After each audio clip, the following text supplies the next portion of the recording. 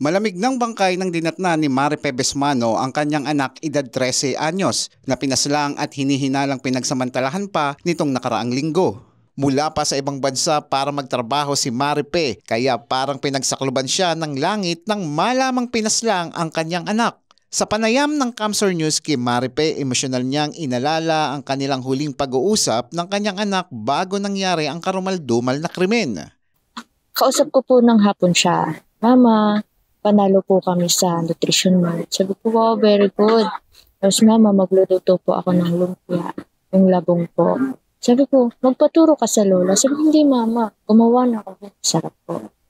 Sabi ko, "Wow, very good." Kaya gusto niya pong mag-HR. Sabi ko, "I'm so proud of you now. Kaya ako nandito kung anong gusto niyo go.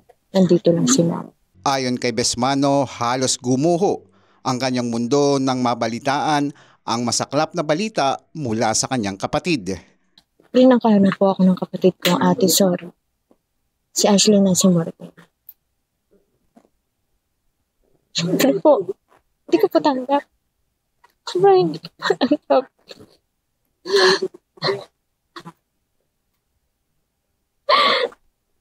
Kasi siya lang po yung sandalat ko. Lahat po nangyayari. Maganda o masama. Siya lang po nakakaunawa sa akin. Hindi ko lubos maisip na hindi ko naman sa hinihiling po. Ang dami naman pong pwede. Bakit ano ko pa po? Ang dami pa po na pangarap. Sobra po. Hindi ko natanggap. Kaya magpasok ko dito. Nandun pa lang po ako. Hindi ko mamakapang yung mga pa ako. Kasi sabi ko, hindi ko kaya makita yung mga ganyan. Nakita ko po yung kabaon na hindi ko tanggap. Awang-awa po ako sa mukha. Oo po. Sobrang nakakaawa nga ako. Nasabi ko, "Tana ako na lang po ng siyan." Hindi po siya.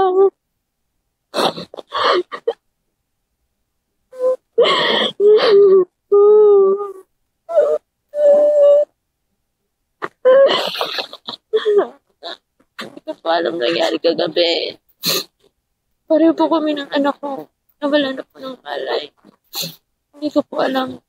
Hindi ko po talaga kinaya. Ito yung anak ko, hindi ko kinaya. Matatandaan nitong Hulyo 30, pinasok ng sospek ang kanilang bahay sa Barangay San Antonio, Milaor, Camarines Sur. Naglakas loob umanong manlaban ang biktima, ngunit siya ay napatay ng salarin.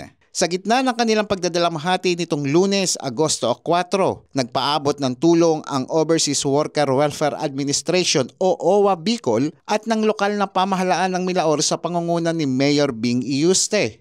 Hustisya pa rin ang panawagan ng pamilya ng biktima sa sinapit ng dalagita na marami pa sanang pangarap sa buhay ngunit sa isang iglap ay nawala dahil sa naturang krimen.